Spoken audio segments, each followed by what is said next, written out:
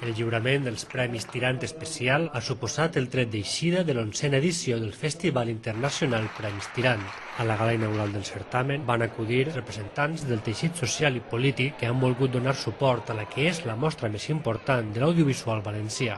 Enguany, els Tirant Especial han premiat a l'actor valencià Manuel Andrés González en reconeixement a una llarga carrera de secundari que li ha permès treballar amb directors com José Luis García i José Antonio Escrivá.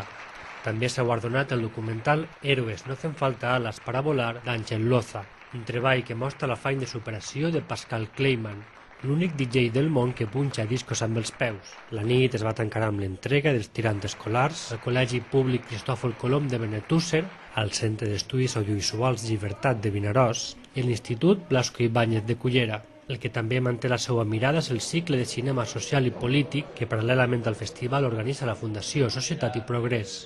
Una cita que arriba a la 5a edició i que mostrarà 33 audiovisuals amb una clara vocació de denúncia.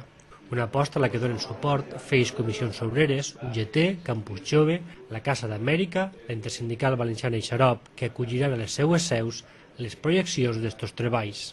Hi ha una collita d'una mirada crítica al voltant de la societat del nostre entorn, incloent l'entorn actual, el futur, incloent aspectes tan interessants com és la pròpia memòria històrica. En aquest sentit, pel·lícules com la que produeix Abajo la dictadura o pel·lícules inclús que ha entrat la cooperació internacional, com la d'Angola, o la visita, per exemple, del grup de teatre L'Estrella que ha anat a Àfrica, n'hi ha un documental sobre això, o un empresari valencià que ha sigut emprenedor socialment i ha fet una pel·lícula Sin barreres per estudiar idiomes a l'estranger per a les persones que tenen discapacitat. Volem, enguany, contem també una col·laboració que és la xarxa Xarop, la xarxa d'organitzacions progressistes valencianes, que també dona cobertura en el seu portal perquè l'internet també és una forma de difondre i de veure aquest audiovisual. L'entrega dels guardons als treballs premiats se celebrarà el pròxim 7 de març. Fins a aquest dia, 240 projeccions ompliran les seus d'una cita que, tot i les dificultats i el poc suport institucional, continua creixent. Els Premis Tirant, des del principi, des de la primera edició, el nostre objectiu és catalogar, mostrar, ensenyar l'audiovisual valencià, i aquest és l'objectiu que fa que tota la resta de cicles paral·lels, d'activitats, fructifiquen.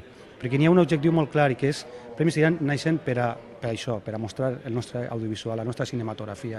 Això és el que li falta a la mostra, no té aquesta direcció, no sap per on va i no sabem si farà o no farà la 30 edició.